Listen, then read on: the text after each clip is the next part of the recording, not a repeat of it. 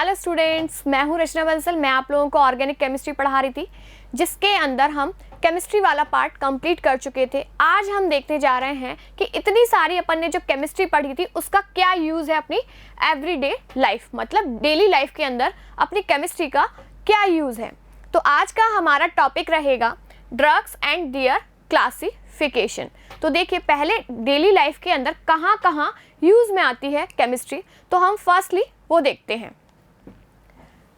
Medicine के अंदर, chemical in food और क्लींजिंग एजेंट। तो मेडिसिन्स मतलब हम इतनी सारी मेडिसिन्स, अपन को कोई भी डिजीज़ हो जाती है या फिर कुछ भी प्रॉब्लम हो जाती है तो उसके लिए हम कहाँ जाते हैं? डॉक्टर के पास। और डॉक्टर मेडिसिन लिखते हैं। और जो मेडिसिन बनती है वो किससे बनती है? हमारी केमिस्ट्री से। केमिस्ट्री के अंदर जो भी केमिकल्स मिलते हैं उनसे बनती है हमारी मेडिसिन्स। अब केमिकल इन फूड, फूड के अंदर हम पहले हमारे फूड ख़राब हो जाते थे, इंस्टेंटली बनाते थे और हम उनको यूज़ में ले लेते थे। लेकिन आजकल हमारे मार्केट में ऐसे जैसे डोसे के बैटर आते हैं, अपना इडली का बैटर आता है, बनी हुई पोहा की पैकेट आते हैं। तो इनको किस तरीके से रखा जाता है? प्रिजर्व करने के लिए कुछ तो चीज़ डाली जाती है। जो केमिकल डाले जाते हैं वो केमिस्ट्री से लिए गए हैं। अब मान लो अपने को जैसे किसी को शुगर हो जाती है, डायबिटिक पेशेंट है। अब उस डायबिटिक पेशेंट के लिए शुगर खाना मना है, लेकिन उसको मीठा खाना है।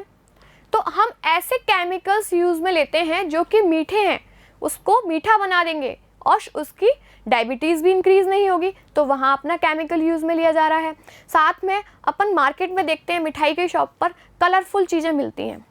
कलरफुल जैसे अपन को काफ़ी तरीके के, जैसे अपना जो मावा आता है वो वाइट कलर का होता है, लेकिन मावे की बहुत सारी मिठाइयाँ कलरफुल होती हैं। किसी की ग्रीन कलर होती है। जैसे आप लोगों का इंडिपेंडेंस डे आता है, इंडिपेंडेंस डे के अंदर आपकी 3 कलर की मिठाइयाँ आती हैं जैसे रिप्रेजेंट करने के लिए।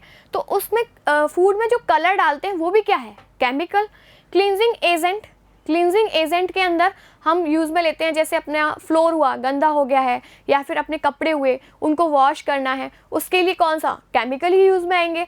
तो केमिकल्स कौन से? सोप या डिटर्जेंट। इस तरीके से हम इन 3 एरिया के अंदर सबसे ज़्यादा यूज़ में लेते हैं केमिस्ट्री। ठीक है, तो सबसे पहला आता है मेडिसिन। मेडिसिन से पहले हम पढ़ेंगे ड्रग्स। ड्रग्स क्या होती हैं? Drugs and their classification. तो ड्रग्स क्या होती हैं? Drugs are chemicals of low molecular मास।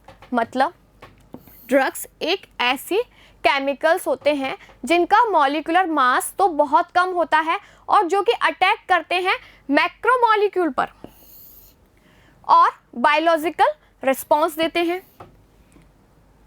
इनका मोलर मास कितना होता है? 100 U से लेकर 500 U, जो कि अटैक करेंगे बड़े बड़े मॉलिक्यूल्स के ऊपर।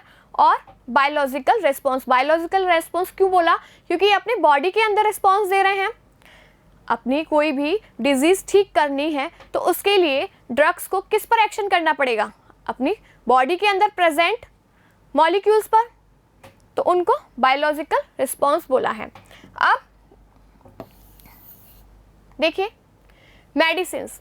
अब जैसे अपन ने ड्रग्स का बायोलॉजिकल रिस्पॉन्स देखा, फिर उस ड्रग को किसी पर्टिकुलर डिजीज़ को सॉल्व करने के लिए या फिर उसको ठीक करने के लिए हमने जिस ड्रग का यूज़ में लिया उस ड्रग को क्या बोला? जिस केमिकल का यूज़ लिया उस केमिकल को क्या बोल दिया? Medicine. When the biological response is therapeutic and useful, these chemicals are called medicines. इनको क्या बोला? मेडिसिन्स। Potential poisons. अब देखिए, हमने मेडिसिन ली, लेकिन डॉक्टर ने जितना बोला हमने उतनी नहीं ली, उससे ज़्यादा अमाउंट में ले ली, तो क्या होगा? पॉइजनस होगा, पॉइजनस इफेक्ट होगा ना, क्योंकि वो मेडिसिन हमें नुकसान करेगी, क्योंकि उसने बोला पर्टिकुलर इस अमाउंट में हमें लेनी है।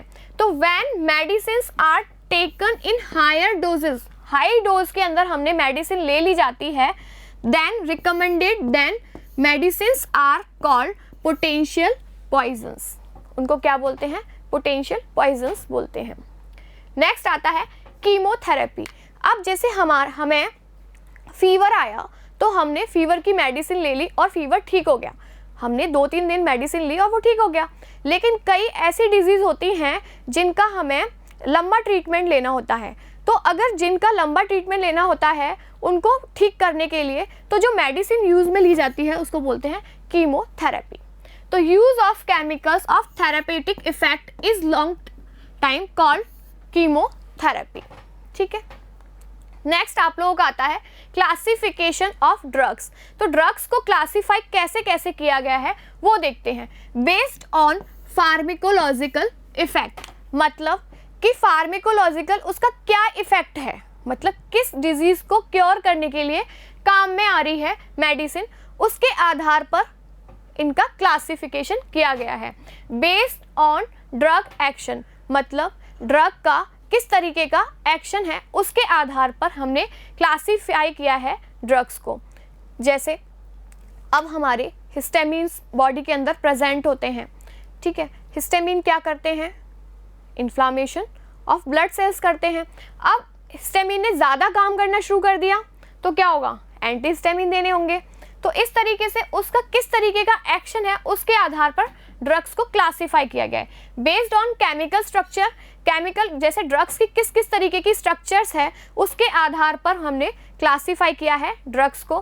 Based on molecular target, drugs किस मॉलिक्यूल पर टारगेट कर रही है और डिजीज को ठीक कर रही है उसके आधार पर हमने ड्रग्स को क्लासीफाई किया गया है। तो फर्स्ट देखते हैं अपन, तो सबसे पहला आता है अपना बेस्ड ऑन फार्मिकोलॉजिकल इफेक्ट, जिसके अंदर क्या होता है कि इसका फार्मिकोलॉजिकल क्या इफेक्ट है, मतलब अपने को प्रॉब्लम क्या है। मान लो अपने को इन्फेक्शन हो गया है, ठीक है, तो उसके लिए हम क्या लेंगे, एंटीबैक्टीरियल। तो एंटीबैक्टीरियल की काफ़ी सारी रेंज है तो उसके आधार पर क्लासिफिकेशन कर दिया।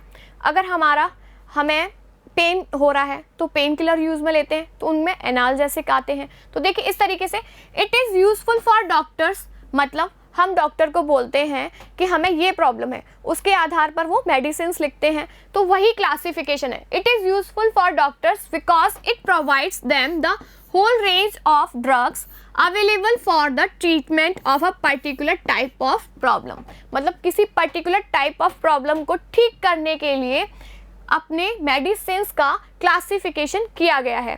तो इसके अंदर देखिए एनाल्जेसिक्स, अब जितने भी एनाल्जेसिक्स हैं वो किसके काम में आते हैं, पेन किलर के रूप में काम में आते हैं। एंटीसेप्टिक जो कि क्या करते हैं, किल और arrest the growth of micro organism, मतलब हमें कहीं इन्फेक्शन हो गया है तो उसके लिए क्या लेंगे हम, एंटीसेप्टिक यूज़ में लेते हैं। जैसे सेवलॉन यूज़ में ले लिया या फिर डेटॉल यूज़ में ले लिया, लगा लेते हैं ना, डेटॉल लगा लेते हैं, जैसे कहीं कट जाता है, आगे इन्फेक्शन ना हो, आगे बैक्टीरियल इन्फेक्शन ना हो, बढ़े नहीं अपना इन्फेक्शन, तो उसके लिए क्या लगा देते हैं, डेटॉल लगा देते हैं, या फिर बोरोलिन लगा देते हैं, सोप्रामाइसिन लगा देते हैं। इस तरीके से हम एंटीसेप्टिक यूज़ में लेते हैं। अब डॉक्टर के पास तो ये 4 हो गए ना, और जो मार्केट में सबसे पहले अवेलेबल होगा हम वही यूज़ में ले लेंगे, तो उसके लिए ईजी रहा। तो देखिए आगे आता है बेस्ड ऑन ड्रग एक्शन, कि ड्रग का किस तरीके का एक्शन है। तो it is based on the action of drug on the particular biological process. मान लो जैसे अपने बॉडी के अंदर इम्यूनिटी होती है, इम्यूनिटी किसकी वजह से होती है, WBC की वजह से। अब WBC कहाँ मिलती है, ब्लड सेल्स के अंदर, ब्लड सेल्स में मिलती है। अब ब्लड सेल्स, अब जैसे हमारे ऊपर किसी वायरस ने अटैक किया बाहर से, अब वायरस अटैक करेगा, WBC ब्लड के अंदर है, तो ये क्या करेगा, हिस्टामिन क्या करेगा, इस ब्लड के फ्लो को इंक्रीज कर देगा, ब्लड फ्लो को इंक्रीज कर देगा, इन्फ्लामेशन कर देगा। और जैसे ये ब्लड फ्लो को इंक्रीज करेगा तो हमारी जो गले की मसल्स हैं वो कैसी हो जाएंगी, कॉन्ट्रैक्ट हो जाएंगी, और गले में ऐसा लगेगा कि इन्फेक्शन हो गया है। अब क्या करें, ये प्रोसेस चल रहा है, तो हम बाहर से एंटी हिस्टामिन लें, क्योंकि इस हिस्टामिन को रोकना होगा, गला ठीक करना है तो अपने को, तो देखिए all antihistamines inhibit the action of the histamine, मतलब इस पर्टिकुलर हिस्टामिन को रोकने के लिए जो हमने बाहर से मेडिसिन ली है वो कौन सी होगी, एंटीहिस्टामिन्स। तो based on drug action, drug का किस तरीके का एक्शन हो रहा है उसके आधार पर हमने देखा कि किस तरीके से क्लासीफाई करें, which causes inflammation in the body. समझ में आया? आगे देखते हैं बेस्ड ऑन केमिकल स्ट्रक्चर, मतलब ड्रग्स की किस तरीके की स्ट्रक्चर है, मतलब कौन सा फंक्शनल ग्रुप प्रेजेंट है। जैसे अपना ये सबस्ट्रेट है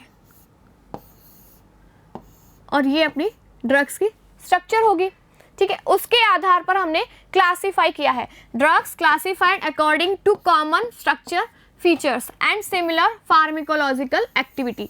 अब इसकी जो ये इस टाइप का इसके अंदर शेप है, इस टाइप का स्ट्रक्चर है, स्ट्रक्चर जैसे अपन ने देखा इसमें सल्फोनेमाइड प्रेजेंट है, इस तरीके का फंक्शनल ग्रुप प्रेजेंट होगा, तब वो क्या होगा, एक पर्टिकुलर डिजीज को रिजॉल्व करने के लिए काम में आएगा, ठीक करने के लिए काम में आएगा। तो इसके लिए एग्जाम्पल आता है सल्फोनेमाइड। नेक्स्ट आप लोगों का आता है बेस्ड ऑन मॉलिक्यूलर टारगेट्स। अब देखिए जो ड्रग्स अपनी टारगेट करेगी वो किसको करेगी, बायोमोलिक्यूल्स को। बायोमोलिक्यूल्स हम पढ़ चुके हैं कौन कौन से थे अपनी बॉडी के अंदर, कार्बोहाइड्रेट, प्रोटीन और लिपिड्स एंड न्यूक्लिक एसिड। अब इन पर अटैक किस बायोमोलिक्यूल पर अटैक कर रही है उसके आधार पर हमने ड्रग्स को क्लासिफाई किया है। तो drugs interact with biomolecules such as carbohydrate, lipids and proteins and nucleic acids, वही चीज है। These are called target molecule और ड्रग टारगेट। इन मॉलिक्यूल को क्या बोला, टारगेट मॉलिक्यूल बोला। This classification is most useful for medicinal chemistry. अब इस किस मॉलिक्यूल पर कौन सी ड्रग टारगेट कर रही है उसके आधार पर हमने क्लासिफिकेशन किया, तो ये मेडिसिनल केमिस्ट्री के लिए अपने लिए बहुत यूजफुल है, क्योंकि बायोमोलिक्यूल अपनी बॉडी के अंदर है और बॉडी के अंदर कुछ भी प्रॉब्लम क्रिएट हो रही है उसको सॉल्व करने के लिए हम मेडिसिन यूज़ में ले रहे हैं। तो मेडिसिन का कितना यूज़ है ये तो सब आप लोग भी जानते हैं कि किस तरीके से यूज़फुल आती है केमिस्ट्री के अंदर ये मेडिसिन। तो देखिए आज की क्लास के अंदर हमने देखा क्लासिफिकेशन ऑफ ड्रग्स, कल की क्लास के अंदर हम देखेंगे एक्शन ऑफ ड्रग्स। आज की क्लास हम यहीं तक रखते हैं। Thank you.